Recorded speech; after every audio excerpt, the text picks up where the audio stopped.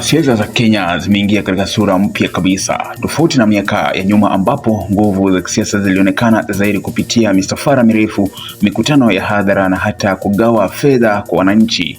Sasa mchezo umebadilika na kila upande unatumia mbinu tofauti kujijenga kuelekea uchaguzi mkuu wa mwaka wa 2027.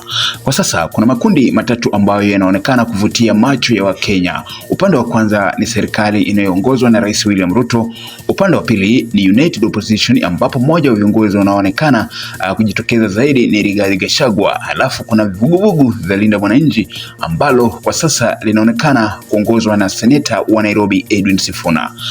Kinachofanya siasa za sasa kuwa za kipekee ni mbinu zinazotumika. Kwa mfano, upande wa Linda Mwananchi tumeshuhudia wananchi wakijitokeza kuchangia fedha ili kufanikisha shughuli za kampeni za harakati hiyo. Hii ni ishara kwamba baadhi ya wafuasi wanataka kushiriki moja kwa moja katika kuendesha siasa badala ya kusubiri viongozi pekee wafadhili shughuli hizo.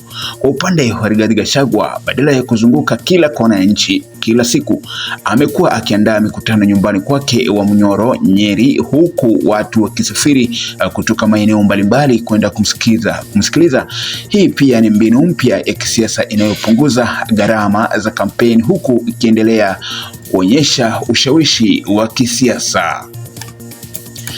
Serikali nayo haijabaki nyuma. Rais William Ruto ameonekana kuongeza mikutano ya makundi mbalimbali katika Ikulu. Hivi karibuni alikutana na viongozi wa misikiti na baadaye akakutana na maelfu ya maafisa wa usalama. Watazamaji wa siasa wanaamini kuwa huenda akaendelea kukutana na makundi mengine tofauti katika siku zijazo kama sehemu ya kuimarisha uhusiano na makundi mbalimbali ya kijamii. Kutokana na hali hii, ni vigumu sana kwa sasa kutabiri ni nani atakayekuwa na nguvu zaidi kuelekea uchaguzi. Kila upande una mbinu zake, kila upande unajenga ushawishi wake kwa njia tofauti, na mazingira ya kisiasa yanaendelea kubadilika kila siku. Hata hivyo, katika mijadala ya mitandaoni na sehemu mbalimbali za kisiasa, watu wengi wanaonekana kuzungumzia kwa kiwango kikubwa harakati za Edwin Sifuna na Linda Mwananchi.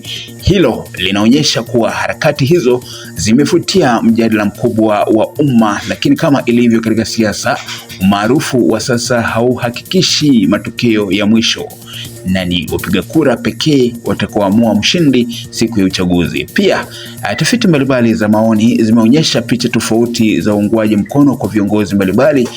Hivyo ni mapema kutoa hitimisho kuhusu mshindi wa mwaka wa 2027. Hebu mtazamaji wangu, toa maoni kwenye comment section. Kati ya makundi haya matatu, je, ni kundi gani bora zaidi na ambalo litabeba uchaguzi mkuu ambalo litachukua ushindi wa mwaka wa 2027? Tunazidi kufuatilia habari hizi, na iwapo tutapata geni, bila shaka tutakuwa tukikujuza. Cha muhimu ni kusubscribe, kucomment, kulike na kushare kwa watu wengi zaidi. Thank you for choosing Kenado Media as your primary news platform. Kwa kuendelea kutazama video zetu, tunatutia moyo kufanya utafiti na kuandalia taarifa kutoka kote duniani. Cha kufanya wewe ni kusubscribe, kucomment, kulike na kushare kwa watu wengi zaidi. Kenado Media, home of trends.